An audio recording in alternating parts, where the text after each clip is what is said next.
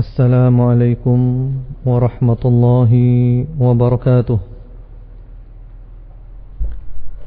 Alhamdulillah rabbil alamin, wa bihi nasta'in ala umuri dunya waddin, wa la udwana illa ala adh-dhalimin.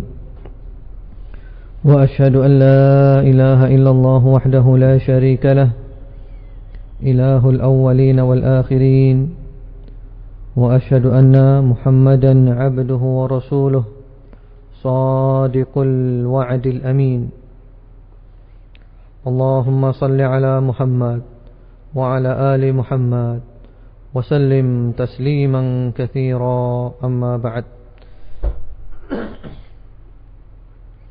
ربنا هب لنا من أزواجنا وذرياتنا قرة أعين waj'alna lil muttaqina imama. Ya Allah, karuniakanlah kepada kami daripada istri-istri kami dan anak-anak kami yang menjadi permata hati kami.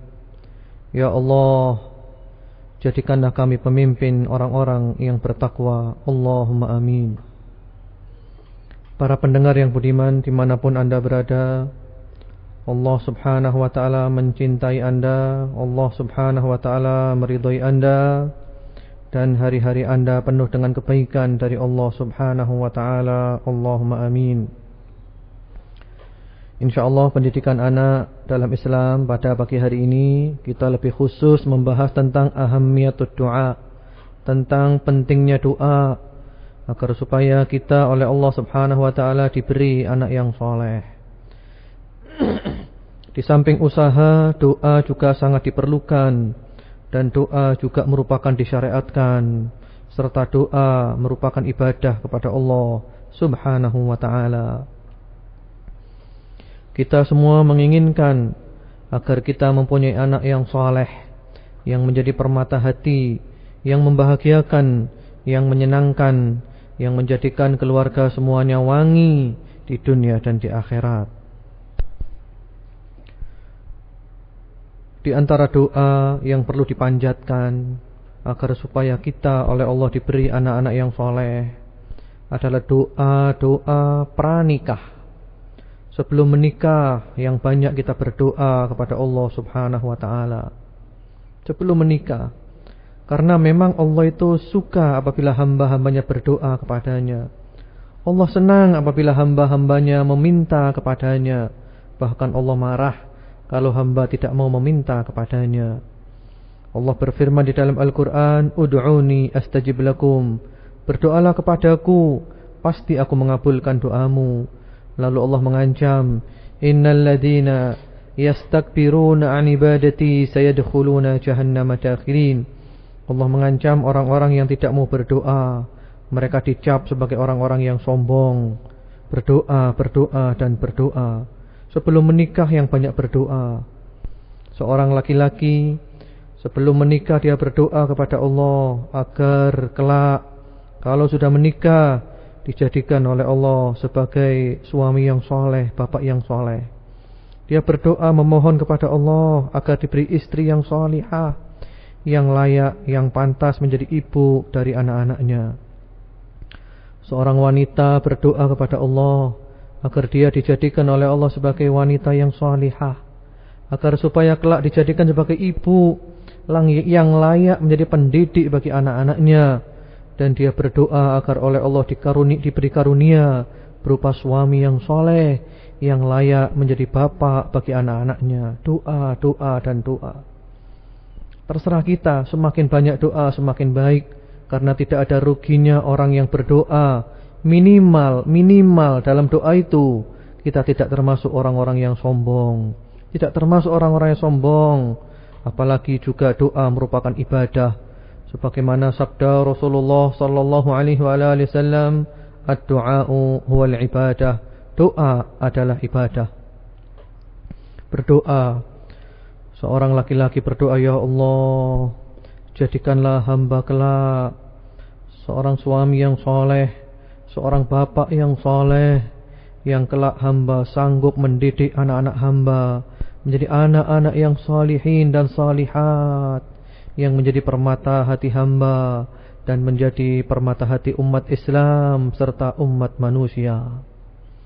Demikian pula seorang wanita, seorang gadis atau wanita yang belum nikah berdoa, ya Allah, jadikanlah hamba seorang wanita yang salihah, seorang ibu yang salihah, yang menjadi panutan bagi anak-anaknya, ya Allah. Jadikanlah hamba setelah nikah nanti, ya Allah, seorang ibu yang mendidik anak-anak dengan pendidikan yang benar, yang menjadi suri tauladan bagi anak-anak. Berdoa terus. Ini doa-doa yang dipanjatkan pranikah sebelum menikah. Karena doa ini mempunyai dampak psikologis. Dengan berdoa, seseorang itu terdorong untuk melakukan sebagaimana doa-doa yang dipanjatkan. Kalau dia berdoa ingin jadi wanita yang salihah, itu hatinya terdorong untuk selalu berupaya menjadi wanita yang salihah. Dia berdoa ingin jadi ibu yang baik, dia selalu terdorong untuk berusaha menjadi ibu yang baik. Demikian pula laki-laki, seorang ayah. Kemudian yang kedua, ternyata alhamdulillah Allah Subhanahu wa taala menemukan jodoh. Menemukan jodoh setelah istikharah, setelah musyawarah, setelah semuanya ada kecocokan, ada kemantapan, melalui hasil penelitian dan yang lain-lainnya, terjadilah pernikahan. Alhamdulillah, pernikahan. Maka di sini seorang suami setelah akad nikah itu disunnahkan untuk memegang bagian depan kepala istri, lalu berdoa meminta kebaikan-kebaikan kepada Allah Subhanahu wa taala. Ini adalah merupakan sunnah Rasulullah sallallahu alaihi wasallam. Jadi setelah akad nikah, maka suami itu memegang bagian depan kepala istrinya, yaitu bagian atas dahinya dipegang dengan tangan kanan, lalu didoakan. Dan doa itu ada di buku-buku doa, buku Hisnul Muslim, doa dan wirid dari Quran dan Sunnah Rasulullah sallallahu alaihi wasallam, yang mana isi doa itu setelah memuji Allah, setelah bersalawat dan salam kepada Rasulullah sallallahu alaihi wasallam dan keluarganya, lalu mengucapkan, Allahumma inni as'aluka khairaha wa khairu ma jabaltaha alaih, wa a'udzu bika min syarriha wa syarri ma jabaltaha alaih. Ya Allah, hamba mohon kebaikan istri ini dan kebaikan yang telah Engkau tetapkan dalam dirinya.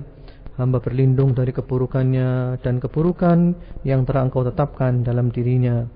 Doa-doa minta barokah, minta kebaikan, dengan harapan istri menjadi istri yang salihah, menjadi ibu yang layak sebagai suri tauladan bagi anak-anaknya.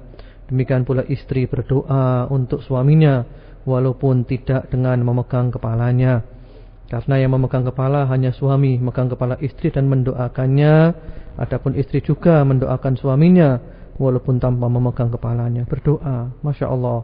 Rumah tangga, sebelum berumah tangga doa, kemudian baru nikah dimulai dengan doa-doa, bergantung kepada Allah Subhanahu wa ta'ala. Karena kita tidak akan bisa menyelesaikan permasalahan apapun kalau kita tidak dibantu oleh Allah Subhanahu wa ta'ala, kalau kita tidak ditolong oleh Allah Subhanahu wa ta'ala. Doa adalah merupakan bukti kita bergantung kepada Allah, kita pasrah kepada Allah, kita berserah kepada Allah, kita tawakal kepada Allah, sambil kita berusaha semampu kita. Kemudian setelah itu ada sebuah sunnah yang diamalkan oleh sahabat Abdullah ibnu Mas'ud radhiyallahu ta'ala anhu, yaitu sholat 2 rakaat. Jadi pengantin baru ini yang baru menikah itu dianjurkan untuk sholat 2 rakaat. Ini dilakukan oleh sahabat Abdullah ibnu Mas'ud radhiyallahu ta'ala anhu. Sholat 2 rakaat, ini sholat tatawwu mutlak namanya. Ya, suami menjadi imam dan istri menjadi makmum. Lalu sholat ini dilakukan pada siang hari, maka bacaannya dipelankan sebagaimana bacaan sholat waktu siang. Kalau sholat ini dilakukan pada malam hari, maka bacaannya dikeraskan sebagaimana bacaan sholat di waktu malam, sholat maghrib, isya dan semisalnya. Jadi di sini suami menjadi imam, istri menjadi makmumnya, sholat 2 rakaat.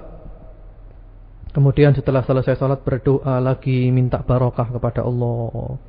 Allahumma barik lana, ya Allah berilah berkah kepada kami, ya Allah.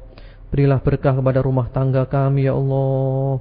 Dan hiasilah rumah kami nanti, ya Allah, dengan anak-anak yang menjadi permata hati kami, anak-anak yang membahagiakan kami, anak-anak yang menyenangkan hati kami, anak-anak yang membuat wangi rumah tangga kami, ya Allah, di dunia dan di akhirat. Doa, Masya Allah, rumah tangga dimulai dengan sholat berjamaah.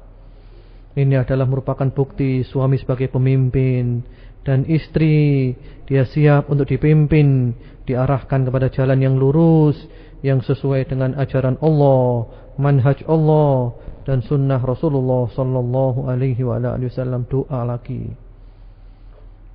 Kemudian setelah itu, jadi ini dilakukan oleh sahabat Abdullah bin Mas'ud. Setelah nikah, telah didoakan istri tadi dengan memegang kepalanya, lalu sholat 2 rakaat. Kalau seandainya tidak memungkinkan melakukan sholat saat itu, maka ditunda nanti malam sholatnya, nggak apa-apa. Nanti malam sholat dengan tata cara yang telah disebutkan tadi. Kemudian setelah itu dianjurkan pula berdoa ketika hendak berhubungan suami istri. Ketika hendak berhubungan suami istri berdoa, dan yang berdoa ini adalah suaminya berdoa. Sebagaimana disebutkan di dalam riwayat Bukhari Muslim, rahimahumallahu ta'ala, Rasulullah sallallahu alaihi wasallam bersabda, "Lau anna ahadahum idza ata ahlahu qala bismillah, Allahumma jannibna asy-syaitan wa jannibish syaitana ma razaqtana, fayuladu bainahuma walad fala yusibuhu asy-syaitanu abada." Kata Rasulullah sallallahu alaihi wasallam, kalau sekiranya seorang dari kamu itu ketika hendak berhubungan dengan istrinya, dia mengucapkan bismillah dengan nama Allah. Allahumma jannibna syaitan, ya Allah, jauhkanlah kami dari syaitan, wa jannibish syaitana ma razaqtana, dan jauhkanlah syaitan dari apa yang telah Engkau rezekikan kepada kami. Maka seandainya dari hubungan itu Allah menakdirkan mereka berdua punya anak, anak tersebut tidak akan diganggu oleh setan selama-lamanya. Jadi ini berdoa ketika hendak berhubungan suami istri. Jangan pernah lupa doa ini. Ini adalah usaha. Yang namanya manusia itu berusaha dan berdoa, dan nanti semuanya kembali kepada takdir Allah subhanahu wa ta'ala. Yang penting kita telah melakukan kewajiban-kewajiban kita, dan insyaAllah Allah tidak akan mengecewakan hamba-hambanya yang selalu mengharapkannya. Jadi berdoa, kalau kita lihat susunan hadis ini jelas sekali bahwa yang berdoa ini adalah suami. Berdoa, dan insyaAllah doanya mudah dihafal, dan di buku-buku doa ada, termasuk di buku Hisnul Muslim itu ada. Bismillah, Allahumma jannibna syaitan wa jannibish syaitana ma razaqtana.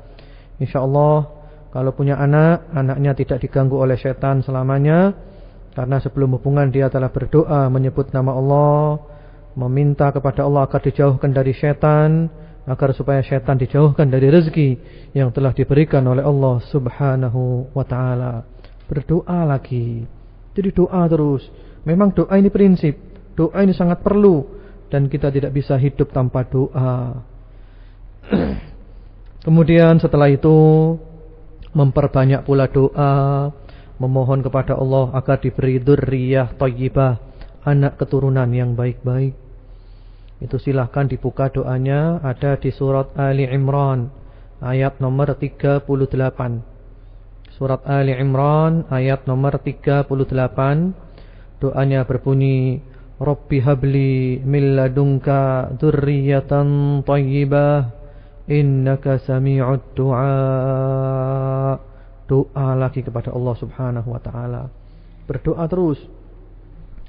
Jadi berdoa kepada Allah ketika Salat malam berdoa, ketika sujud berdoa, ketika kita selesai salat fardu berdoa, antara azan dan qomat berdoa, ketika saat-saat mustajab berdoa, di tempat-tempat mustajab berdoa, berdoa terus kepada Allah Subhanahu wa taala. Ini doa ini perlu diulang-ulang. Ini doa dari Quran yang Masya Allah, Rabbi habli min ladunka dzurriyyatan thayyibah innaka sami'ud du'a. Ya Rabb, karuniakanlah kepadaku dari sisimu anak-anak keturunan yang baik. Innaka sami'ud du'a. Sesungguhnya engkau ya Allah, engkau maha mendengar doa. Masya Allah, kita selalu bergantung kepada Allah, dan Allah tidak akan pernah mengecewakan kita. Kemudian setelah itu juga berdoa agar oleh Allah diberi keluarga sakinah dan anak-anak yang soleh juga.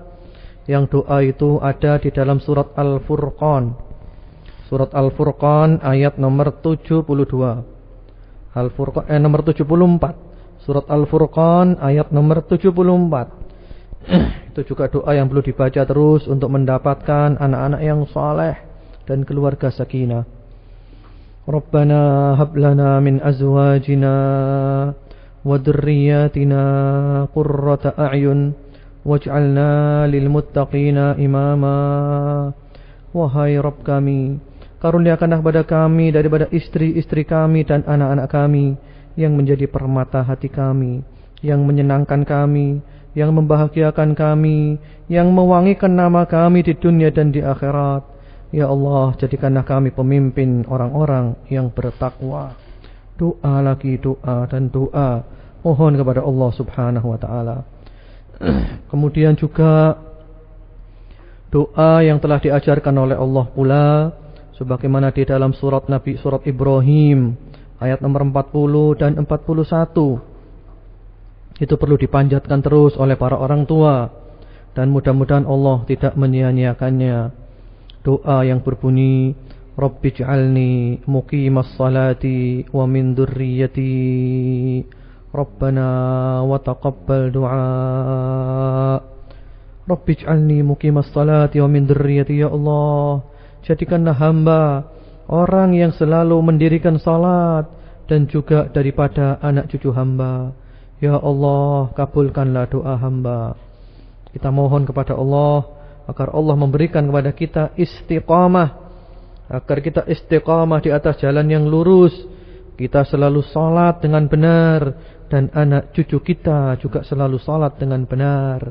Karena kalau kita telah salat dengan benar, dan anak cucu kita telah salat dengan benar, insyaallah Allah akan melindungi kita dari semua perbuatan keji dan mungkar. Karena salat yang benar menghindarkan seseorang dari perbuatan yang keji dan mungkar. Inna salata tanha 'anil fahsya'i wal munkar. Sesungguhnya salat itu mencegah dari perbuatan keji dan mungkar. Demikian pula kalau kita salat dengan benar, anak-anak salat dengan benar, maka rezeki Allah selalu datang, dan insyaallah tidak akan pernah terlambat. Sebagaimana firman Allah Subhanahu wa taala, wa'mur ahlaka bis salati wastabir 'alaiha la nas'aluka rizqa nahnu narzuquk. Ya, dan hendaklah kamu salat, kamu sabar untuk salat, kamu sabar perintahkan anakmu untuk salat. Kami tidak akan minta kepadamu rezeki, bahkan kami yang selalu memberikan kepadamu rezeki. Kemudian setelah itu, para pendengar yang budiman dimanapun anda berada, Allah mencintai anda, Allah meridhai anda. Jangan lupa berdoa pula dalam rumah tangga sakinah, minta rezeki yang halal, dijauhkan oleh Allah dari rezeki yang haram. Ini juga upaya-upaya untuk mendapatkan anak yang soleh kelak dengan harta yang halal. InsyaAllah anak itu hatinya baik dan mudah menerima kebaikan-kebaikan. Sekarang ketika istri dalam keadaan hamil, maka istri mendoakan dirinya terus, mendoakan janin yang ada di perutnya, doakan terus. Atau kadang sambil dipegang perutnya didoakan, mohon kepada Allah. Silahkan dengan bahasa apa saja boleh, karena semua bahasa adalah bahasa Allah Subhanahu wa ta'ala. Kalau bisa dengan bahasa Arab silakan, kalau enggak bisa dengan bahasa Indonesia, bahasa Jawa boleh. Ya Allah, jagalah janin yang ada di perutku ini ya Allah, Lindungilah dia ya Allah, peliharalah dia ya Allah. Berilah kemudahan ketika kelahiran nanti ya Allah. Berilah kelancaran ketika lahir nanti ya Allah. Jadikanlah dia anak yang selamat, yang sehat walafiat, yang tidak kurang suatu apapun ya Allah. Jadikanlah dia anak yang sempurna. Wahai Allah, jadikanlah dia nanti anak yang soleh ya Allah, yang taat kepadamu, yang taat kepada Rasulmu Muhammad sallallahu alaihi wasallam. Jadikanlah dia anak yang nanti berbakti kepada kedua orang tuanya ya Allah, menyambung tali silaturahim. Masya Allah, terus doa, tiap hari doakan. Kalau ibu bangun malam salat tahajud, pegang perutnya lagi doa, terus seperti yang tadi itu doa. Yang penting doa dengan bahasa hati, bahasa hati dan keluar dari hati. Insya Allah didengar oleh Allah Subhanahu Wa Taala. Apalagi mulai dari awal kelahiran doa terus. Bayangkan doa berapa bulan dia, 9 bulan lebih dia doa terus. Insya Allah dikabulkan oleh Allah. Ibaratnya kalau orang mengetok pintu, dia ketok terus pintu itu, diketok terus pintu itu, dibuka insya Allah pintu kalau diketok terus. Apalagi dia satu hari berdoa berapa kali, sekian kali. Masya Allah, doa terus. Doakan janin yang ada di perut itu lahir selamat, sehat walafiat, menjadi anak yang soleh, menjadi permata hati. Juga bacakan ayat-ayat Quran, bacakan ayat-ayat Quran. Mudah-mudahan barokah ayat Quran itu, mudah-mudahan masuk dalam jiwa anak itu insya Allah, mudah-mudahan. Kemudian juga suami mendoakan janin yang ada di perut istrinya, baik mendoakan dari jarak jauh, atau boleh juga suami mendoakan dari jarak dekat, atau mungkin suami juga memegang perut istri sambil mendoakan, ya Allah, mudah-mudahan anak kami nanti ya Allah, mau jadikan dia lahir dalam keadaan sehat walafiat, selamat ya Allah, menyenangkan hati kami berdua, membahagiakan umat Islam, dan membuat wangi Islam wal muslimin, dan seterusnya. Doa terus, Masya Allah, didoakan. Kemudian juga sampai menjelang kelahiran, kemudian anak itu lahir, alhamdulillah. Ketika anak itu lahir dia menangis, alhamdulillah. Sang ibu demikian bahagia ketika anaknya lahir. Yang pertama kali dilakukan ketika anak itu lahir adalah diadani telinganya. Dan ini hadisnya sahih, adzan. Memang kalau adzan dan qomat itu para ulama mengatakan sanadnya dhaif. Adzan telinga kanan, qomat telinga kiri itu memang sanadnya dhaif. Demikian para ulama mengatakan kalau adzan saja itu sahih. Adzan saja itu sahih. Sahih dan fadilahnya itu banyak, keutamaannya banyak. Jangan sampai meninggalkan adzan pada anak ketika dia baru lahir. Jangan ditinggalkan. Kalau ada yang berpendapat enggak ada, silahkan dengan pendapatnya, silahkan. Tapi jangan sampai ditinggalkan. Ini Masya Allah, pertama-tama adzan adalah syiar Islam. Yang kedua, dengan kita mengadzani anak yang baru lahir ini, berarti kita telah mengumumkan kepada dia tentang agama Nabi Muhammad SAW. Seakan-akan kita mengatakan, hai anakku, inilah seruan agama Nabi Muhammad SAW. Adzan. Kemudian juga disebutkan di dalam hadis yang sahih, bahwasanya riwayat Bukhari Muslim ya, kata Rasulullah sallallahu alaihi wasallam, "Ma min bani Adam maulud illa nakhasahu syaitan hina yulad wa yastahilla sarikhan min nakhsihi iya illa Maryam wa ibnaha." Ya. Jadi tiap-tiap ada bayi lahir itu, dia itu diganggu oleh setan. Ditekan oleh setan ketika lahir sehingga dia nangis, dia teriak-teriak. Itu karena tekanan setan kepadanya. Kecuali Maryam dan putranya itu tidak digoda oleh setan, sebagaimana firman Allah di dalam surat Ali Imran ayat nomor 36, "Wa inni u'iduha bika wa dzurriyyataha minasyaitonir rajim." Karena telah dimintakan perlindungan kepada Allah untuknya dan untuk anak keturunannya daripada gangguan setan. Jadi ketika anak lahir diganggu setan, maka perlu diadani. Apalagi disebutkan dalam riwayat-riwayat sahih, setan kalau dengar adzan lari, diadani. Hanya enggak usah keras-keras adzannya, pelan aja diadani. Allahu akbar, Allahu akbar. Allahu akbar, Allahu akbar. Asyhadu an la ilaha illallah. Asyhadu an la ilaha illallah. Asyhadu anna Muhammadar Rasulullah. asyhadu anna Muhammadar Rasulullah, ya, dan seterusnya sampai selesai adzan sebagaimana biasa. Kemudian juga di antara rahasia adzan pada telinga bayi ketika baru lahir ini, agar supaya yang dia dengar itu pertama kali adalah kalimat-kalimat thayyibah. Ketika dia muncul ke dunia, yang pertama dia dengar adalah kalimat thayyibah, syiar Islam. Walaupun dia enggak paham, walaupun dia enggak ngerti, insyaallah kata-kata itu masuk dalam jiwanya, masuk ke dalam hatinya dan membekas di sana itu. Insyaallah tidak tertutup kemungkinan seperti itu, karena ini adalah ajaran Rasulullah Muhammad sallallahu alaihi wa ala alihi wasallam. Jadi diadani, mudah-mudahan adzan ke telinga bayi ini banyak sekali faedahnya. Itulah di antara faedahnya adzan. Jadi jangan lupa anak diadani ketika lahir itu.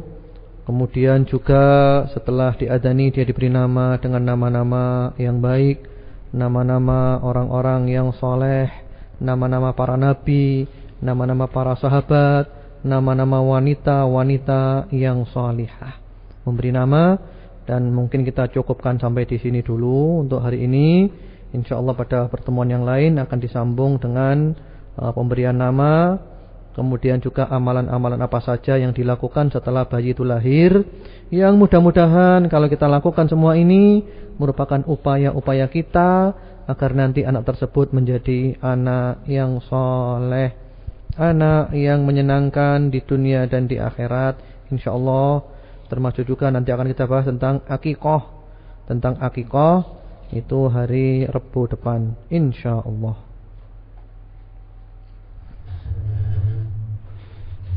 Baik mitra pendengar setia Radio Dakwah Islamiyah, materi yang disampaikan oleh Ustaz Abdullah Al-Hadrami sudah disampaikan, dan mungkin saat ini sudah timbul pertanyaan di benak Anda, sehingga Anda bisa langsung bertanya di kesempatan pada pagi hari ini, yaitu di SMS Center di 085 233 244 888. Sekali lagi di 085 233 244 888.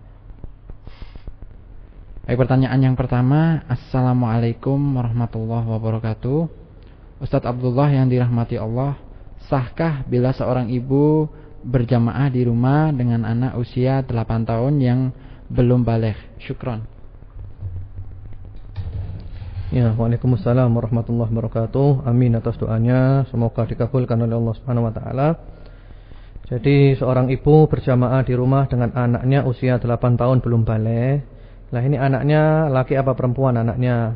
Kalau memang anaknya laki dan dia ngerti tata cara sholat, ngerti wudhu dengan benar semuanya, boleh, tapi anaknya jadi imam karena dia laki, jadi imam.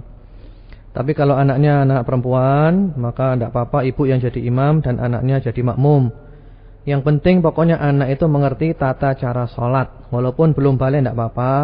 Yang penting dia itu ngerti tata cara wudhu yang benar, ngerti bacaan sholat. Nah itu sholatnya sah. Sholatnya sah. Yang penting dia telah mengerjakan syarat-syarat sholat, rukun-rukun, wajib-wajib dan yang lainnya, sholatnya sah. Bahkan ada seorang sahabat usia 6 tahun. Usia 6 tahun dijadikan imam. Dijadikan imam. Yang jadi makmum sahabat-sahabat besar. Dia usia 6 tahun belum baligh jadi imam. Kenapa? Karena dia hafal Quran. Hafal Quran didahulukan. Namun dia sudah paham tata cara sholat, ngerti wudhu semuanya. Sholatnya sah walaupun belum baligh. Jadi begitu. Jadi untuk pertanyaan ibu ini, seandainya anaknya itu 8 tahun laki-laki, ngerti tata cara sholat, mulai dari syarat, rukun dan yang lain-lainnya, maka anaknya jadi imam dan ibu jadi makmum dan sholatnya sah, jamaahnya sah. Kalau anaknya perempuan, maka ibu yang jadi imam dan anaknya jadi makmum. Yang penting dia ngerti tata cara sholat semuanya dan dia lakukan, maka itu sholatnya sah dan boleh walaupun anak tersebut belum baligh.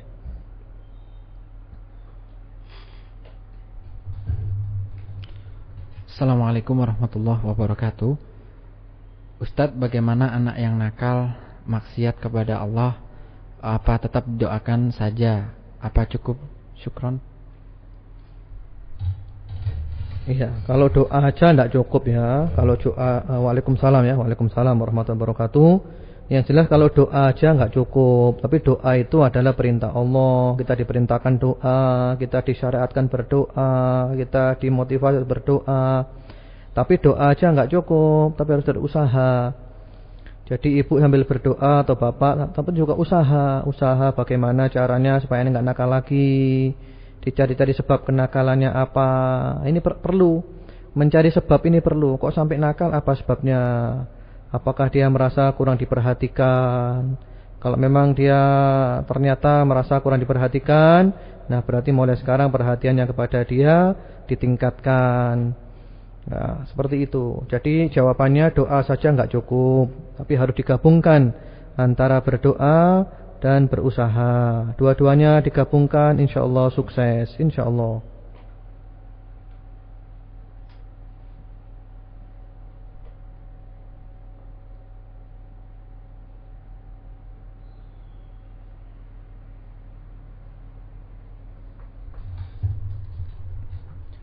Assalamualaikum Pak Ustadz. Saya mau nanya, saya sama dokter dinyatakan sulit mempunyai keturunan. Apa doa supaya saya mempunyai keturunan, dan saya mohon doanya Pak Ustadz agar saya diberikan kemudahan dari Allah. Ya, waalaikumsalam warahmatullahi wabarakatuh. Jadi ini sulit ya, sulit mempunyai anak. Apalagi dokter mengatakan bahwa dia ini juga sulit mempunyai anak, kata dokter. Tapi jangan putus asa. Jangan putus asa, selalu berdoa kepada Allah. Sambil juga tetap cara-cara medis dilakukan. Cara medis ini perlu. Pengobatan-pengobatan dengan meminum vitamin E dan yang lainnya. Kemudian doa juga perlu. Karena sesuatu yang mungkin menurut manusia itu mustahil, tapi bagi Allah itu mudah. Allah itu cukup kun fayakun, jadilah maka jadilah. Ya, betapa sering dokter-dokter telah menvonis dengan sebuah vonis, tapi ternyata vonis itu dikehendaki lain oleh Allah Subhanahu wa taala. Jadi Anda terus berdoa. Di antara doa yang sangat bagus adalah Rabbila tazarni fardan wa anta khairul warithin. Rabbila tazarni fardan wa anta khairul warithin. Ya Allah, jangan kau tinggalkan hamba sendirian ya Allah, dan engkau adalah sebaik-baik yang memberikan anak, memberikan teman kepada hamba-hambamu. Jadi itu doa. Jadi jangan putus asa ya, jangan putus asa, doa terus. Karena banyak orang yang dia itu lama tidak diberi oleh Allah keturunan, tapi dia enggak pernah putus asa. Dia usaha, dia berdoa, dia usaha, dia berdoa, akhirnya oleh Allah diberi keturunan. Ada orang yang 9 tahun enggak punya anak, akhirnya oleh Allah diberi anak. Ada orang yang 12 tahun enggak punya anak, akhirnya oleh Allah diberi anak. Bahkan berturut-turut punya anak terus, seperti itu. Ada orang malah 20 tahun enggak punya anak, oleh Allah diberi anak, dan setelah lahir anak seterusnya. Jadi Anda jangan lupa baca doa tadi ya. Dan doa itu ada di surat Al-Anbiya. Doa di surat Al-Anbiya ayat nomor 89. Itu doanya Nabi Zakaria, yang mana doanya itu langsung oleh Allah direspon, langsung oleh Allah dikabulkan. Allah berfirman, wa Zakaria idna rabbahu Rabbi la tazarni fardan wa anta khairul warithin. Fastajabna lah wa wahabna lahu Yahya. Subhanallah. Dan ingatlah ketika Nabi Zakaria berdoa memohon kepada Tuhannya, ya Tuhanku, jangan kau biarkan hamba sendiri enggak punya anak, wahai Tuhanku. Berilah hamba anak, wahai Tuhanku. Fastajabna lah, kata Allah. Lalu kami mengabulkan doanya, dan kami karuniakan kepadanya Yahya. Diberi karunia anak yang kemudian namanya Yahya bin Zakaria. Jadi Anda jangan putus asa ya, jangan putus asa. Putus asa adalah dosa. Yang penting adalah berusaha dan berdoa secara medis ataupun secara spiritual. InsyaAllah mudah-mudahan oleh Allah dikaruniakan kepada Anda yang terbaik.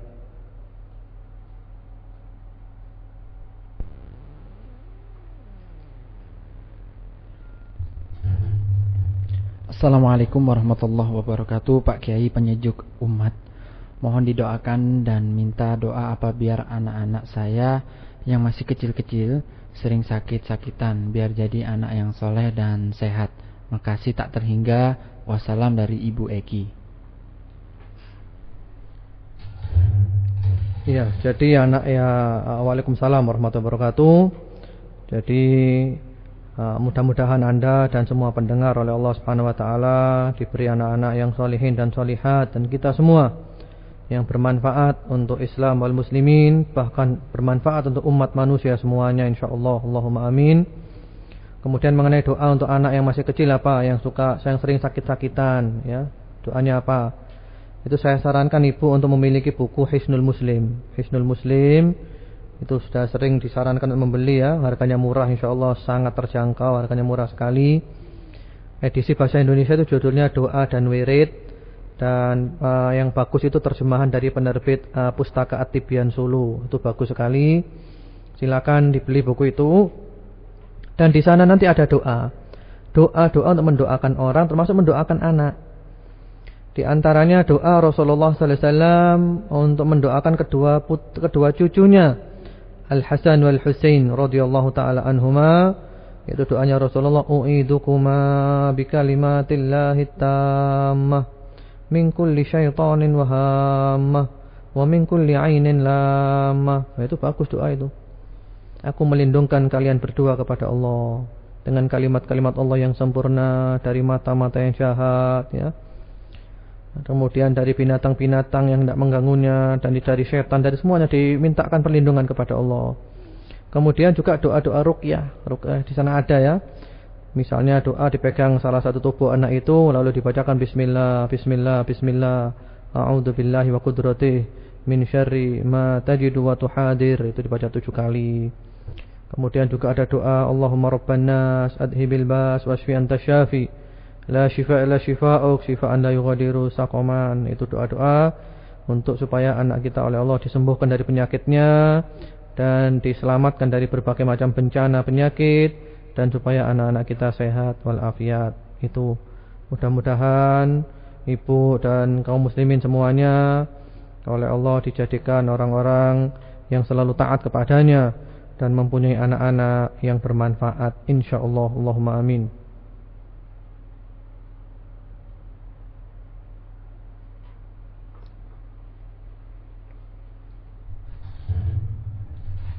Assalamualaikum. Ana sangat senang bisa bertemu langsung dengan Ustadz dan pendengar RDI di minggu lalu. Bagaimana menghadapi anak yang suka membantah orang tua dan ngomong jorok? Dari Heru di Sawo Jajar. Ya, waalaikumsalam warahmatullahi wabarakatuh. Alhamdulillah ya, kita kemarin bisa bertemu pada hari Minggu di Gedung Gajayana. Alhamdulillah. Mudah-mudahan pertemuan itu menjadi pertanda baik bagi Islam wal muslimin, dan mudah-mudahan semua pendengar radio dakwah dijadikan akrab, semuanya akrab, dan semuanya mempunyai kepedulian kepada berlangsungnya dakwah Islamiyah, lebih khusus di Kota Malang. Mari warga Kota Malang kita bersatu padu, bergandengan tangan, kita menjadi orang-orang bermanfaat untuk Islam wal muslimin dan untuk umat manusia semuanya. Mari kita mulai dari Kota Malang ini, sehingga insyaallah mudah-mudahan akan bersambung ke kota-kota lain. Mudah-mudahan, Allahumma amin. Kemudian bagaimana ini mempunyai anak yang suka membantah orang tuanya dan suka ngomong jorok. Mengenai membantah orang tua dan ngomong jorok, ini biasanya itu ada sebabnya. Sebabnya diantara yang paling pasti karena dia suka nonton sinetron. Nonton televisi yang acaranya diantaranya anak suka bantah orang tua, anak suka kurang ajar kepada orang tua. Yang mana anak kita yang masih kecil ini nonton dan suka dicontoh, ditiru nanti. Jadi seakan-akan dia mendapat pelajaran dari film-film tadi, dari acara-acara tadi, bagaimana cara membantah orang tua, bagaimana cara ngelawan orang tua. Maka dari itu diantara upayanya kita hindari anak-anak dari nonton yang seperti itu. Jangan sampai pikiran anak-anak kita ini tercemar oleh hal-hal yang seperti itu. Terus terang, anak-anak itu sangat cepat responnya. Kita menyangka dia nggak paham, padahal dia paham, ditangkap semuanya, direkam. Setelah itu dipraktekkan. Kemudian juga termasuk ngomong-ngomong jorok. Ngomong jorok biasanya dari temannya. Jadi temannya mengajarkan kepadanya omongan-omongan yang jorok. Nah ini solusinya, berarti kita perlu memilihkan teman untuk anak kita. Tidak apa-apa, pilihkan teman. Ini temannya nakal, ini disuruh menghindari teman itu. Ya, kalau kita lihat dia kumpul dengan teman itu, ya kita jauhkan, berusaha dengan cara yang terbaik. Karena daripada nanti anak kita rusak, diajari kata-kata yang jorok, dijauhkan. Jadi itu antisipasi. Kita waspada dan tentu hal ini membutuhkan upaya orang tua terus. Jadi upaya selalu ngawasi anaknya. Jangan hanya punya anak saja lalu ditinggal begitu saja. Ya diawasi terus, usaha demikian. Jadi orang tua memilihkan untuk anak itu lingkungan yang bagus, bi'ah yang bagus, teman yang bagus, kemudian juga tontonan-tontonan yang bagus, sehingga hal itu semua menjadi tuntunan bagi anak tersebut. Dan mudah-mudahan anak itu tidak lagi suka bantah kepada orang tuanya dan tidak lagi suka ngomong yang jorok. Diajarkan kata-kata yang baik, dibiasakan dia mendengar yang baik-baik. Kemudian juga jangan lupa doa kepada Allah Subhanahu wa taala. Doa bergantung kepada Allah ini penting.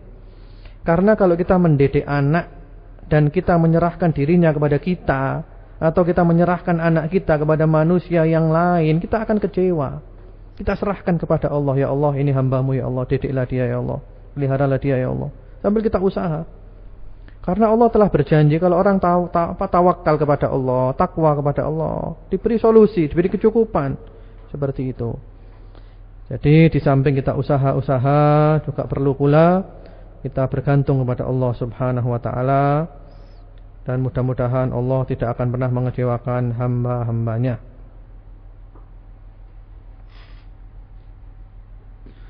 Assalamualaikum warahmatullahi wabarakatuh. Ustadz yang dirahmati Allah, apakah boleh memberi nama anak dengan nama-nama Asmaul Husna seperti Khalik, Aziz dan lain-lain? Wassalamualaikum warahmatullahi wabarakatuh. Waalaikumsalam warahmatullahi wabarakatuh. Ya, amin atas doanya, mudah-mudahan dikabulkan oleh Allah Subhanahu wa taala. Jadi memberi nama anak dengan nama Asmaul Husna itu bagus, tapi ditambahi Abdul ya. Karena kalau Khalik itu tidak boleh. Khalik itu Maha Pencipta Allah. Jadi Khalik itu diberi nama Abdul Khalik. Adapun Aziz, anak kita namanya Aziz boleh. Aziz ya. Artinya yang mulia, tidak apa-apa. Karena Aziz juga merupakan gelar manusia, tidak apa-apa. Namun yang lebih afdol, kalau memang kita nisbahkan kepada Allah yang Maha Perkasa, Maha Mulia, tambahi Abdul Aziz. Jadi kalau Asmaul Husna itu lebih baik, lebih aman ya. Lebih aman supaya kita enggak terjerumus kepada yang salah, ditambahi Abdul saja. Abdul Rahman, Abdul Rahim, Abdul Ghafur, Abdul Syakur, Abdul Karim, Abdul Aziz, Abdul Ghafur, Abdul Qawi, Abdul Matin, Abdul Qayyum, Abdul Hayy, dan seterusnya. Abdul terus. Nah, itu bagus, itu nama-nama yang bagus. Dan Masya Allah, terutama Abdullah dan Abdul Rahman. Dan insya Allah kita bahas pada saatnya nanti.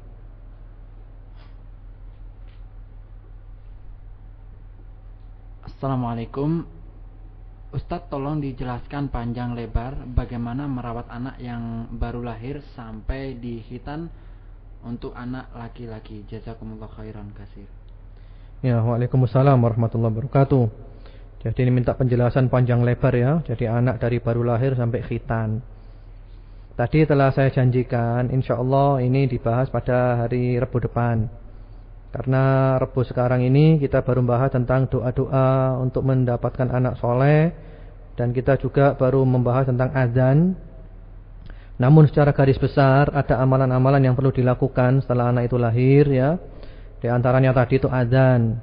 Kemudian juga disunahkan tahnik. Jadi tahnik itu ada seseorang yang mengunyah kurma sampai lembut kurma itu, lalu diambil sedikit saja, kemudian dimasukkan ke mulut anak itu, ditempelkan di langit-langit mulutnya. Ini sunnah Rasulullah sallallahu alaihi wasallam. Sedikit aja. Kemudian juga yang sunnah ya diberi nama dengan nama-nama yang baik. Insyaallah kita bahas panjang lebar pada saatnya nanti. Kemudian pada hari ke-7 dari hari kelahiran. Nanti kita terangkan bagaimana cara menghitung hari ke-7 pada saatnya nanti ya. Hari ke-7 itu rambutnya digundul. Rambutnya digundul habis ya, dicukur rambutnya, cukur bersih. Kemudian rambut itu ditimbang dengan perak, lalu nilainya disodakohkan. Nah, kemudian hari ke-7 itu juga dilaksanakan akikoh, menyembelih kambing. Kalau bayi laki-laki kambingnya 2 ekor, kalau perempuan 1 ekor. Itu. Adapun khitan ya terserah kita, mau dikhitan umur berapa, mau dikhitan bayi boleh silakan, mau dikhitan usia ke-7 hari silakan, kapan saja boleh. Yang penting pokok jangan sampai anak itu sudah besar baru dikhitan, nanti malu karena auratnya terlihat. Yaitu secara global insyaallah dijelaskan panjang lebar pada saatnya nanti hari Rabu depan insyaallah.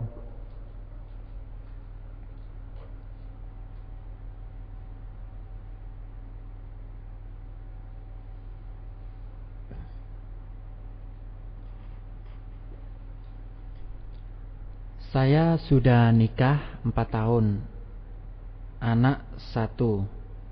Dulu kalau mau berhubungan gak pernah berdoa, macam-macam, cuman Bismillahirrahmanirrahim. Itu gimana? Maklum manten anyar, apa sebaiknya mulai sekarang berdoa dulu?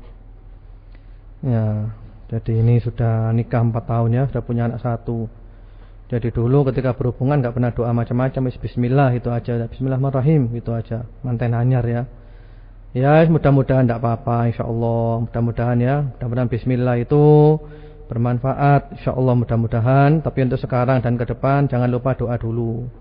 Jangan lupa doa. Jadi tetap doa diingat-ingat, jangan lupa. Sedang kadung senang nanti doanya lupa. Jadi jangan lupa doa dulu, bismillah, Allahumma jannibna syaitan wa jannibis syaitana ma razaqtana. Insyaallah gitu aja, gampang insyaallah. Yang sudah lewat enggak apa-apa, yang penting Anda sudah baca bismillah, mudah-mudahan selamat insyaallah. Bismillah.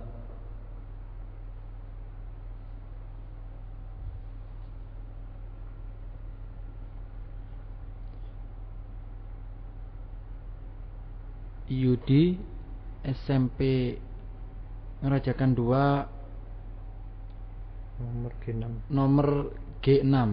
Assalamualaikum warahmatullahi wabarakatuh. Minta doa kesembuhan mata saya. Saya 32 tahun. Ustadz maaf sebelumnya, mungkin ada kerjaan apa ajalah yang bisa dilakukan di rumah. Pernah ada yang bantu, tapi yang bantu Kristen telepon saya. Ya. Jadi ini minta didoakan kesembuhan mata ya. Insyaallah mudah-mudahan mata Anda disembuhkan oleh Allah Subhanahu wa taala. Insyaallah Allah yang maha hidup, Allah yang maha tegak berdiri sendiri. Semoga Allah mencurahkan sholawat dan salamnya kepada Nabi Muhammad dan keluarganya, dan semoga Allah memberikan kesembuhannya kepada mata Anda sehingga mata Anda menjadi sehat walafiat dan insyaallah tidak sakit sebagaimana semula. Allahumma amin. Kemudian juga Anda perlu berobat secara medis.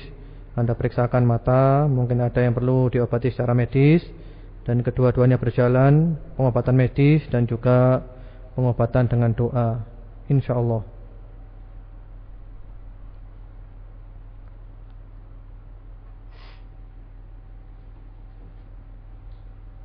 Assalamualaikum warahmatullahi wabarakatuh. Ustadz, anak saya sudah berumur 2,5 tahun, tapi kenapa kok masih sering rewel? Doa apa yang harus saya baca? Ya, waalaikumsalam warahmatullahi wabarakatuh. Jadi anaknya sudah 2,5 tahun masih sering rewel ya, doanya apa? Ya pertama-tama kita itu perlu menyadari yang namanya anak itu ya gitu. Yang namanya anak apalagi umur 2,5 tahun, 3 tahun, bismillah, memang sudah wajar gitu itu. Memang rewel, maunya diperhatikan secara penuh oleh orang tuanya, enggak mau ditinggalkan, dikit-dikit nangis, dikit-dikit marah. Itu memang wajar. Jadi ibu atau bapak enggak usah cemas. Jadi ibu enggak usah cemas ya.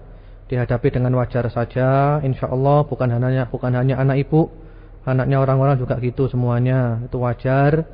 Adapun doa-doanya tadi telah disebutkan ya, doa-doa untuk anak supaya jadi anak yang baik, supaya jadi anak yang soleh, menjadi permata hati.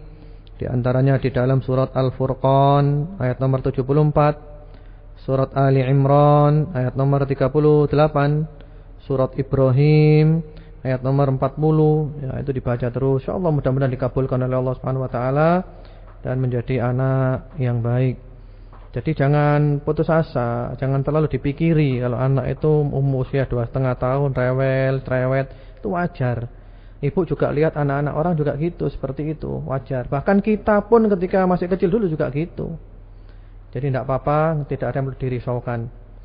Sabar, tabah, dan insya Allah kita mendidik anak itu dengan cinta dan kasih sayang. Kita selalu mendapat cinta dan kasih sayang dari Allah Subhanahu wa taala.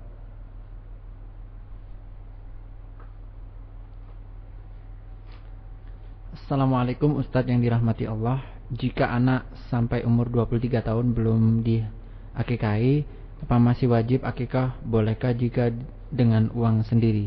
Dari N di Sumbersari 4. Ya, waalaikumsalam warahmatullahi wabarakatuh. Amin atas doanya. Jadi anak ini belum diakikahi dulu sampai umur 23, boleh enggak akikah? Ya ini menurut para ulama boleh. Boleh ya, akikah sendiri boleh walaupun sudah besar. InsyaAllah mengenai dasar-dasarnya, dalil-dalilnya kita bahas pada hari Rabu depan supaya fokus ya. Karena InsyaAllah Rabu depan kita bahas diantaranya masalah akikah itu.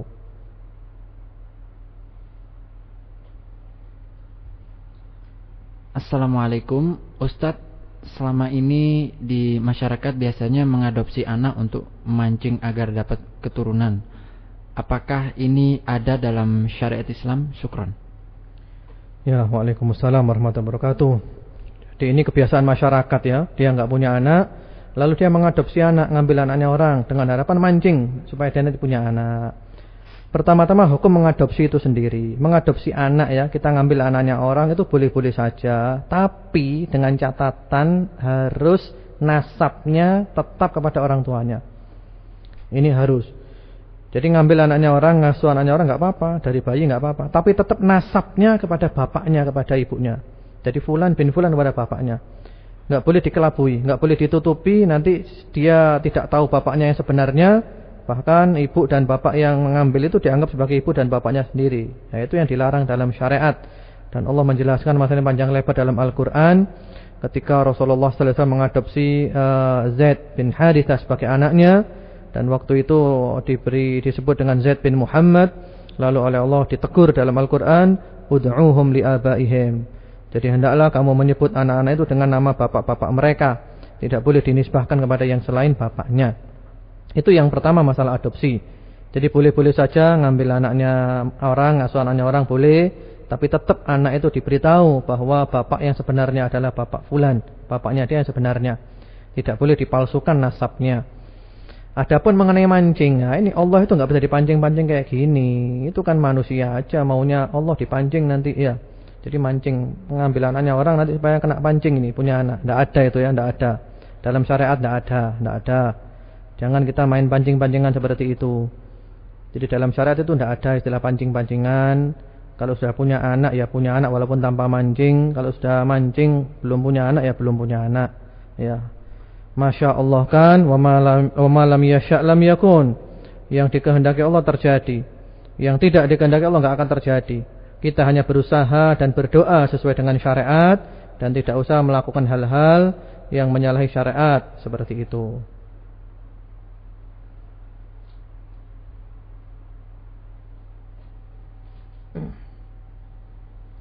Assalamualaikum warahmatullahi wabarakatuh.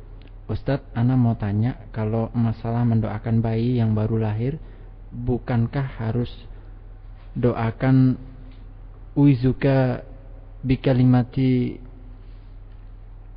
bikalimatillahi tammah min syarri ma khalaq, bukan diazani ya Ustadz? Ya, waalaikumsalam warahmatullahi wabarakatuh. Jadi mendoakan bayi baru lahir ya, tadi telah dijelaskan diadani ya, diadani. Kemudian mendoakannya bukan itu, bukan uiduka bikalimatillahi tammati min syarri ma khalaq, bukan. Mendoakannya kalau kita mau mendoakan bayi baru lahir itu boleh di surat Ali Imran ayat nomor 36. Inni u'iduha bika wa dzurriyyataha minasyaitonir rajim. Itu kalau anak perempuan. Kalau anak laki, inni u'iduhu bika wa dzurriyyatahu minasyaitonir rajim. Ya, itu doa, enggak apa-apa. Atau juga doa yang ada di Hisnul Muslim, u'iduka bikalimatillahi tammah min kulli syaitanin wa hammah wa min kulli ainin lammah. Itu doa Rasulullah sallallahu alaihi wasallam kepada kedua cucunda tercinta Sayyidina Al-Hasan wal Husain radhiyallahu taala anhuma. Yaitu doanya.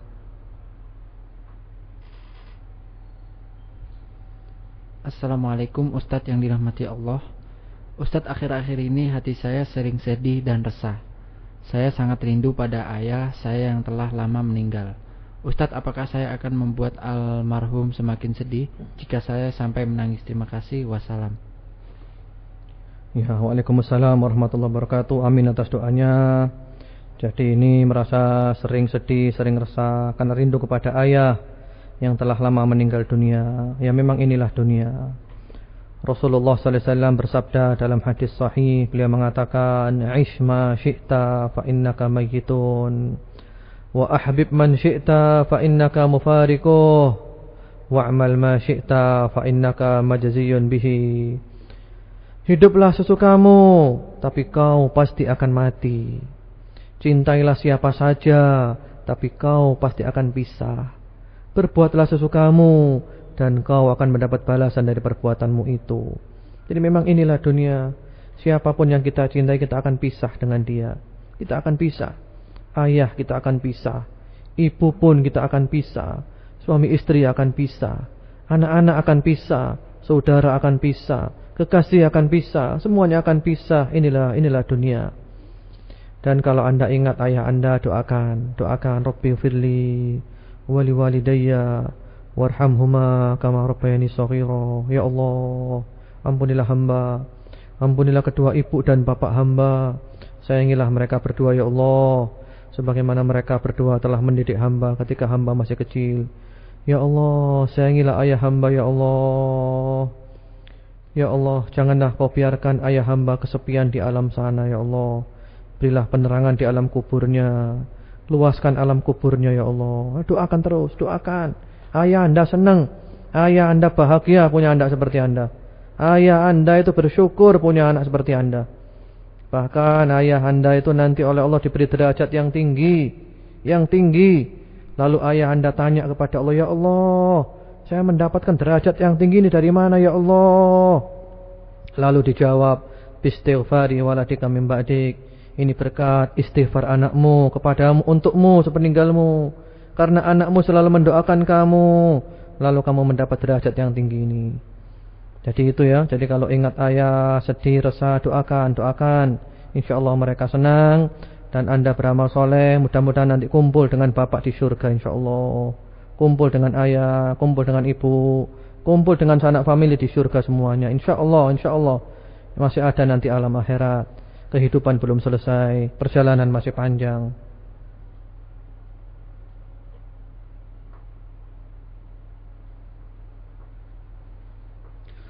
Assalamualaikum, saya Ibud bin Syekh Kodah. Saya mau tanya apa doa buat istri saya yang lagi hamil, dan saya minta tolong doakan semoga istri dan kandungannya. Ya, waalaikumsalam warahmatullahi wabarakatuh. Ini dari saudara Ibud bin Syekh Kodah ya. Alhamdulillah. Mudah-mudahan anda oleh Allah diberi keluarga sakinah, diberi anak-anak yang salihin dan salihat, yang menjadi permata hati di dunia dan di akhirat insyaallah. Kemudian istri anda yang lagi hamil, anda banyak-banyak berdoa sebagaimana doa yang ada di surat Ali Imran. Surat Ali Imran ayat nomor 38. Yaitu anda baca, istri anda juga baca, yang banyak bacanya. Baca terus, pagi, siang, sore, malam baca terus. Rabbi habli min ladunka dzurriyyatan thayyibah innaka sami'ud du'a. Rabbi habli min ladunka dzurriyyatan thayyibah innaka sami'ud du'a. Ya Allah, karuniakanlah kepada hamba dari sisimu anak keturunan yang baik. Ya Allah, sesungguhnya engkau maha mendengar doa. Jadi doakan seperti itu. InsyaAllah mudah-mudahan lahirnya nanti selamat, sehat walafiat, dijadikan anak-anak yang baik, yang bermanfaat InsyaAllah di dunia dan di akhirat. Kemudian anda juga boleh berdoa dengan doa-doa yang lain, dengan bahasa anda, bahasa hati, bahasa Indonesia, bahasa Jawa boleh. Doa, yang penting pokoknya doa yang baik-baik. Jangan lupa kalau doa itu memuji-muji Allah dulu, lalu kemudian juga salawat dan salam kepada Rasulullah Muhammad sallallahu alaihi wasallam dan kepada keluarganya. Insyaallah doa itu akan mustajab.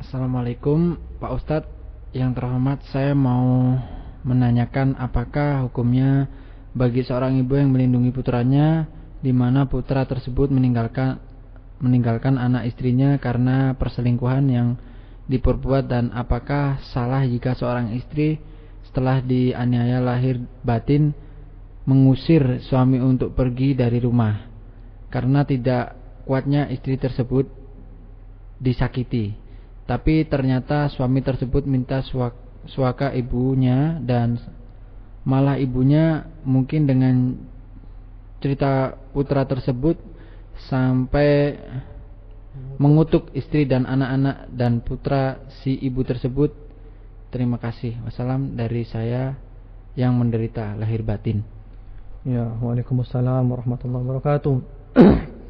Jadi ini sedang diuji oleh Allah Subhanahu wa taala. Yang jelas Anda sekarang sedang diuji oleh Allah Subhanahu wa taala. Diuji yaitu suami dalam keadaan berselingkuh, meninggalkan anak istri, apalagi juga mertua, ya, ibu daripada suami itu melindungi suami. Ini Anda sedang mendapatkan masalah rumah tangga ini. Ya, mungkin solusi yang terbaik bagi Anda itu pertama-tama itu sabar. Itu solusi terbaik, sabar pertama-tama. Orang beriman itu harus sabar, dan sabar itu kedudukannya dari iman seperti kedudukan kepala dari tubuh. Tubuh tanpa kepala nggak bisa hidup, demikian pula orang iman tanpa sabar tidak akan bisa tegak imannya. Lalu kemudian juga Anda berdoa kepada Allah, malam doa, siang doa, sujud doa, terus doakan suami Anda, dan doakan juga mertua Anda, doakan. Kemudian juga berusaha untuk bicara dengan suami sebaik-baiknya, cari sebab kepada suami kenapa sampai selingkuh. Seandainya Anda pernah membuat salah, minta maaf. Seandainya ada kekurangan, Anda berjanji, berusaha untuk menutupi kekurangan itu, untuk memuaskannya. InsyaAllah. Dan memang ini ya, memang rumah tangga seperti ini. Dunia ini kadang memang enak, kadang tidak enak. Ada tawa, ada canda, ada tangis, ada suka, ada duka, ada kaya, ada miskin. Itulah dunia. Dan Allah itu kalau cinta kepada hambanya diuji oleh Allah, diuji. Semakin kuat imannya, semakin diuji. Dan ujian-ujian itu keutamaannya banyak, melebur dosa, menambah pahala, meninggikan derajat, begitu. Atau mungkin juga kadang seseorang berbuat dosa, lalu Allah diuji. Jadi karena mungkin seorang istri berbuat kesalahan, bermaksiat, lalu Allah diuji. Suaminya jadi enggak baik, mertua jadi enggak baik. Jadi solusi paling baik adalah Anda sabar, Anda istighfar kepada Allah, taubat. Kemudian juga Anda banyak-banyak berdoa kepada Allah, berusaha untuk bicara kepada suami. Kalau seandainya Anda enggak mampu bicara langsung dengan suami atau dengan mertua, maka Anda bisa minta bantuan orang lain yang kira-kira omongannya didengar oleh suami, didengar oleh ibu mertua. Ya, mudah-mudahan pada intinya nanti Anda oleh Allah diberi keluarga sakinah kembali, insyaallah, mudah-mudahan. Tapi sabar dulu. Yakinlah yang mengalami seperti ini bukan hanya anak Anda. Dan yakinlah Allah memilihkan untuk Anda yang terbaik. Dan mudah-mudahan Allah Subhanahu wa ta'ala segera memberikan jalan keluar. Allahumma amin, Allahumma amin. Assalamualaikum Ustaz, tolong jelaskan masalah anak susu apakah bisa jadi muhrim? Ya, waalaikumsalam warahmatullahi wabarakatuh. Anak kecil kalau disusui oleh seseorang yang bukan ibunya, maka kalau susuannya itu khamsa radha'at, 5 kali susuan dan masing-masing kenyang, maka terjadilah hukum sesusuan. Ibu yang menyusui adalah ibu susuannya dia. Nah, suaminya ibu itu adalah bapak susuannya dia. Rasulullah sallallahu alaihi wasallam bersabda, "Yahrumu minar radha'ah ma yahrumu minan nasab." Terjadi hukum mahram dari susuan sebagaimana terjadi hukum mahram dari nasab. Tapi dengan catatan 5 kali susuan, khamsa radha'at, 5 kali susuan yang kenyang, masing-masing kenyang. Ini perlu ya. Jadi kalau ada ibu yang nyusui anaknya orang, perlu dihitung. Kalau sampai 5 kali dan masing-masing itu kenyang, jadi anaknya, anak susuannya. Terjadilah hukum mahram. Dan nanti ceritanya panjang. Itu secara global seperti itu. Ini mungkin yang terakhir ya, karena waktunya terbatas. Silakan. Anak di sekolahan di lembaga non-Islam tapi di rumah dikasih pendidikan Islam, apa boleh? Ya, jadi anak disekolahkan di lembaga non-Islami tapi di rumah dikasih pendidikan Islami, apa boleh? Ini non-Islam maksudnya apa dulu? Kalau maksudnya adalah sekolah kafir ya jangan. Kalau sekolah-sekolah kafir, sekolah non-muslim ya jangan. Jangan, berbahaya. Karena hati itu lemah dan syubhat yang masuk ke dalam hati itu berat, menyambar seperti petir. Kadang hati itu enggak kuat, akhirnya dia terkena fitnah itu. Jadi jangan disekolahkan anak Anda di sekolah-sekolah yang tidak Islami, karena pengaruh itu sangat berat. Dan pendidikan ketika kecil membekas, seperti orang itu mengukir di batu. Jadi carilah sekolah-sekolah yang baik untuk anak Anda, sekolah-sekolah yang Islami, yang insya Allah dia tidak akan rugi di dunia dan di akhirat. Pendidikan umum dia dapat, pendidikan agama pun dia juga mendapatkan. Insya Allah jangan spekulasi dalam mendidik anak. Semuanya harus jelas dan pasti, sehingga kita tidak akan rugi di kemudian hari. Itulah mungkin yang bisa saya jawab untuk hari ini. InsyaAllah besok hari Kamis kita jumpa lagi jam 10 dalam kajian keluarga sakinah. Marilah kita tutup dengan doa kepada Allah Subhanahu wa taala, dan mudah-mudahan Allah Subhanahu wa taala mendengarkan doa-doa kita. Bismillahirrahmanirrahim. Alhamdulillahirabbil alamin. Allahumma salli ala Muhammad wa ala ali Muhammad wa sallim tasliman katsira. Allahumma ihfaz auladana min kulli su'in wa baliyah. Allahumma ihfazhum wa la tadurrahum. Allahumma arzuqhum as-sihhah wal 'afiyah wat thabat wal istiqamah. Allahumma hdi auladana ila siratikal mustaqim. Allahumma ij'alhum muti'ina lak wa li rasulik, waj'alhum barrina lil walidain wasidana lil arham. U'iduhum bi kalimatillahi tammah min kulli syaitanin wa hammah min kulli 'ainin lammah. Rabbana hab lana min azwajina wa dhurriyyatina qurrata a'yun waj'alna lil muttaqina imama. Nastaudi'uhumullah alladzi la tadhi'u wadai'uh, wallahu khairun hafidha wa huwa arhamur rahimin. Ya Allah, puja dan puji kami panjatkan hanya kepadamu. Curahkan salawat dan salammu kepada Nabi Muhammad dan keluarganya. Ya Allah, peliharalah anak-anak kami ya Allah. Jagalah anak-anak kami ya Allah dari segala balak dan musibah. Jagalah mereka dari semua bencana ya Allah yang tidak menyenangkan dan merugikan. Ya Allah, berilah anak-anak kami sehat walafiat, sejahtera dan istiqamah ya Allah. Tunjukkanlah mereka jalanmu yang lurus. Jadikanlah mereka taat kepadamu dan kepada Rasulmu Muhammad sallallahu alaihi wasallam. Jadikanlah anak-anak kami berbakti kepada kedua ibu bapaknya, selalu menyambung tali silaturahim. Ya Allah, kami menitipkan anak-anak kami kepadamu ya Allah. Sungguh titipan-titipan kepadamu tidak akan engkau sia-siakan. Ya Allah, karuniakan kepada kami daripada istri-istri kami dan anak-anak kami yang menjadi permata hati kami. Ya Allah, jadikanlah kami pemimpin orang-orang yang bertakwa. Ya Allah, jagalah anak-anak kami. Engkau adalah sebaik-baik penjaga anak-anak kami ya Allah. Jagalah mereka dari mata-mata yang jahat, dari setan, dari binatang-binatang yang tidak mencelakakan, dan dari semua makhlukmu yang bermaksud buruk kepadanya. Allahumma inna nas'aluka husnal khatimah wa na'udzubika min su'il khatimah. Ya Allah, kami mohon kepadamu husnul khatimah. Kami berlindung kepadamu dari su'ul khatimah. Bimbinglah kami selalu ya Allah, agar kami bisa membimbing keluarga kami ke jalanmu yang lurus. Tanpa bantuanmu ya Allah, kami tidak ada artinya. Hanya engkau harapan kami ya Allah. Hati kami bergantung kepadamu, dan mudahkanlah kami dalam berusaha. Rabbana atina fid dunya hasanah wa fil akhirati hasanah wa qina adzabannar. Wa sallallahu ala nabiyyina Muhammadin wa ala alihi. Subhana rabbika rabbil izzati amma yasifun, wa salamun alal mursalin, walhamdulillahi rabbil alamin. Allahumma amin. Subhanakallahumma bihamdika asyhadu an la ilaha illa anta astaghfiruka wa atubu ilaik. Wassalamu alaikum warahmatullahi wabarakatuh.